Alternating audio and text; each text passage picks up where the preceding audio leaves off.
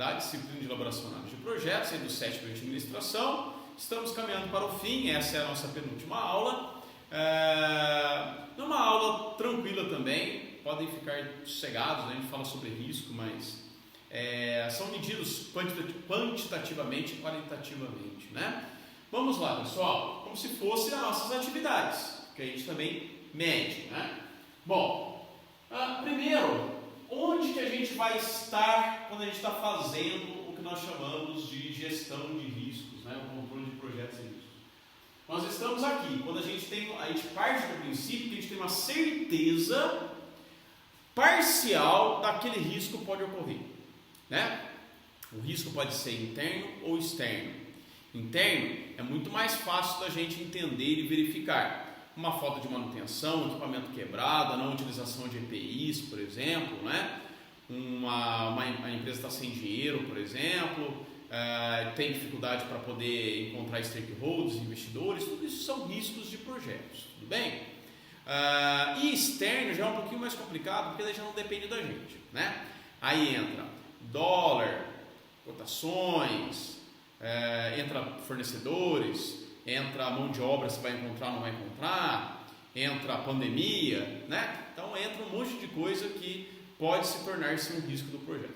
Porém, a gente parte do princípio das certezas, aquilo que a gente sabe que pode ocorrer naquele projeto, tudo bem? Depois a gente vai começar a analisar aquilo que é total incerteza, que há possibilidade de ocorrer, e total certeza, aquilo que a gente sabe exatamente que pode estar acontecendo, né? Aí a gente tem algumas técnicas que a gente vai utilizar que depois eu passo para vocês, tudo bem?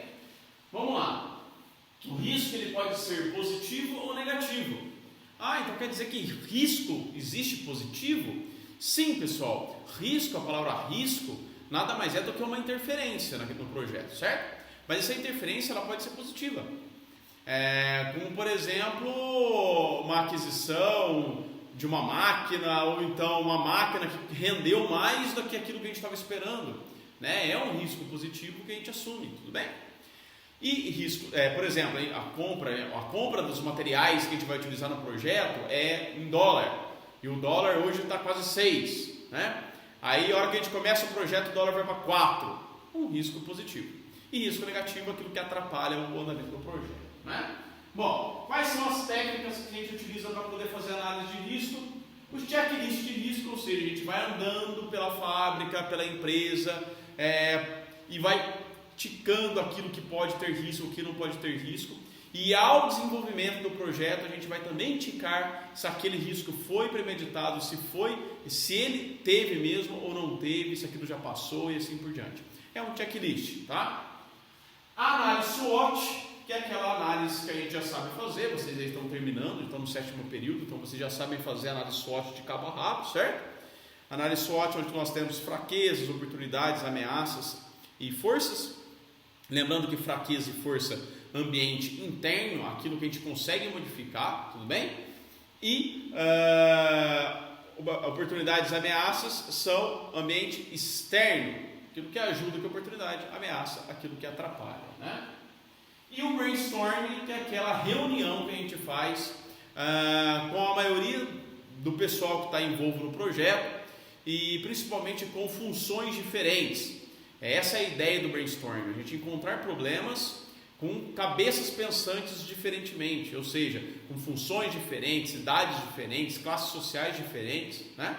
Desde lá da menina que faz limpeza até o presidente da empresa, a gente juntando tudo isso dentro de uma sala, sai um brainstorm sensacional e ali a gente vai pregar algumas nuances de riscos que podem estar acontecendo no projeto, tá? Bom, nós temos uma estrutura analítica de riscos, não vou pedir para que vocês possam, vou pedir sim, que vocês vão fazer uma estrutura analítica de risco do startup, né? Que eu vou pedir para vocês fazerem, que vai ser na verdade o exercício dessa aula, né? Mas é bem simples de fazer, é como se fosse o quê?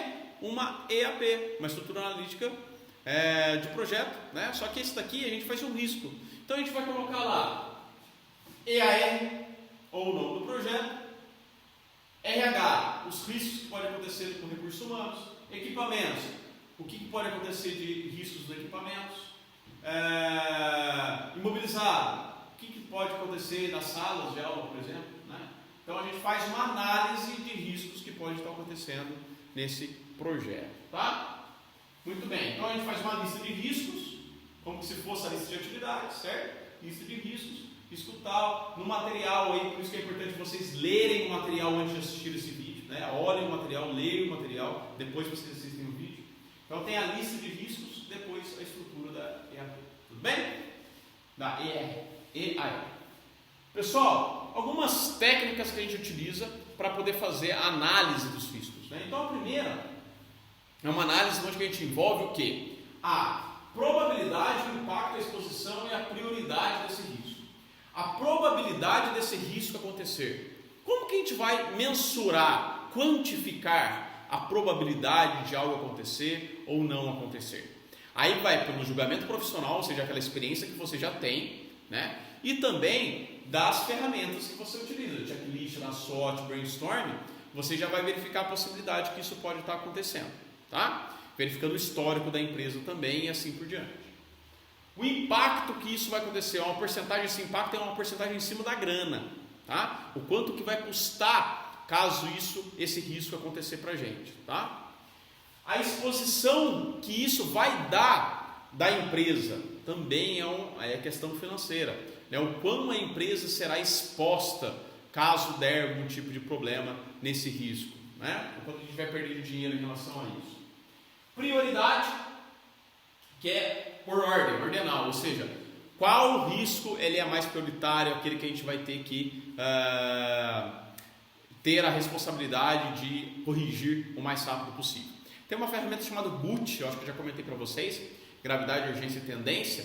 Essa ferramenta ela é usada bastante para poder definir prioridades e funciona muito bem com risco também, tá? Aí a gente tem a árvore de decisão. Essa árvore de decisão é muito legal, é quando a gente tem a possibilidade de escolher entre um e outro. Por exemplo, você fazer ou terceirizar aquele tipo de problema, né, que aconteceu. Deu um problema na máquina, nós vamos consertar ou vamos terceirizar isso daí? Se a gente consertar, qual que é a probabilidade de dar erro, risco? E se a gente terceirizar, qual que é o risco? E aí tem a questão de dinheiro também, tá? Pessoal, isso aí eu vou estar falando na live com mais calma para vocês. Tudo bem que é gráfico, daí eu vou mostrar os gráficos na live e eu vou mostrar para vocês como que funciona. Tudo bem? Plano de respostas, a gente coloca a resposta em cima do risco. Isso aqui tudo que eu estou passando para vocês é uma tabela só, que vocês provavelmente já devem ter visto o material que eu postei para vocês.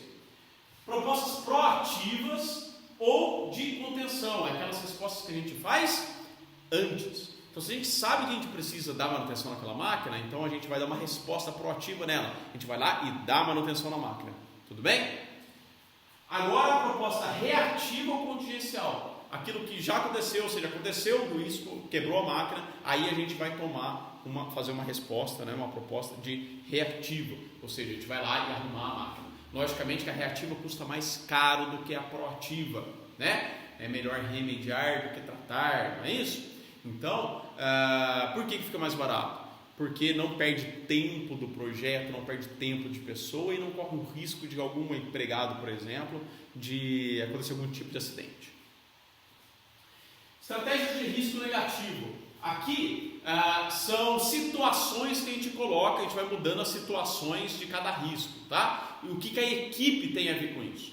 Eu vou ler aqui para vocês, que fica mais fácil de entender, mas na live eu vou passar também para vocês.